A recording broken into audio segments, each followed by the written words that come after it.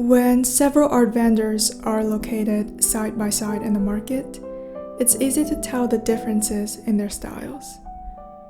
It's also more likely that one of them stands out from the others.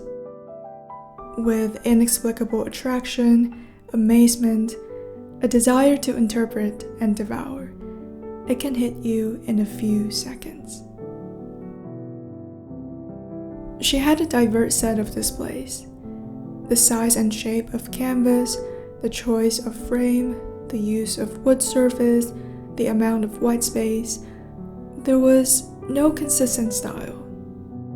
Her energy unabashedly emitted from the thick white strokes on sapphire blue, the ripples and dots of warm hues, unconventional contrasts, and soft gradients.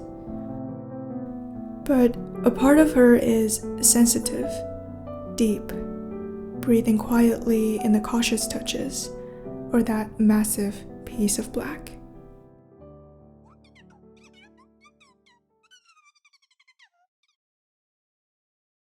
I was trying to read the meanings behind the tree trunk and the flapping waves until she stood up from the chair and told me it was not a tree trunk. She listed a few other misinterpretations she once received. Some are vulgar. Her voice was poised and determined when she explained the stories behind each work. I was not surprised to learn she hasn't received formal art training and only began doing this during the pandemic. Her creativity is entirely freeform. Even without her mentioning, I knew she poured heart and soul into each creation. All of these are original, no copies, she repeated. But her works have been copied constantly online. It heavily impacted her fame and sales after winning the Etsy Design Award. Reporting the infringements never worked. Justifying her ownership was tricky.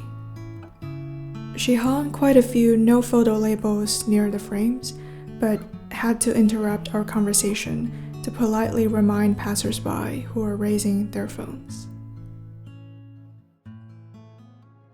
Probably her most acclaimed work, Blue Roads, almost looks like an enlarged mosaic tile.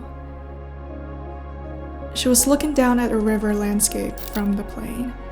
There were paths wandering around the river as if they divided it into irregular pieces in blue.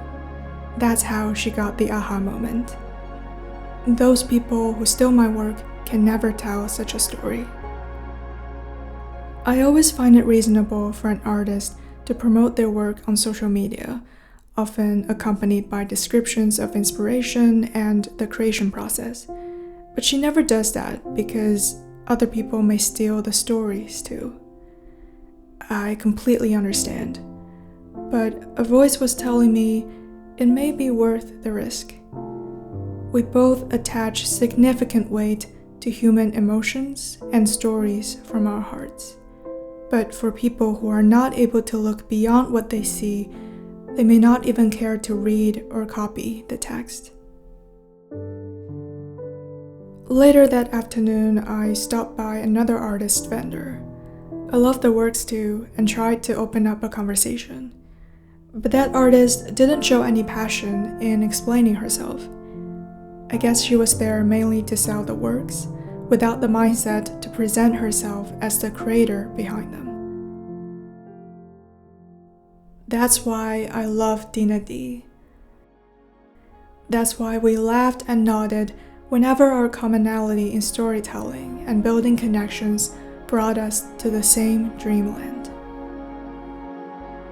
Somehow, I see a version of myself walking on the same wild, unrestricted path she's been treading on. It carries a momentum that only grows out of the turning points in life. But it has to be rooted in kindness, care, and sincerity. She has all of them. Plus, she's crazily talented.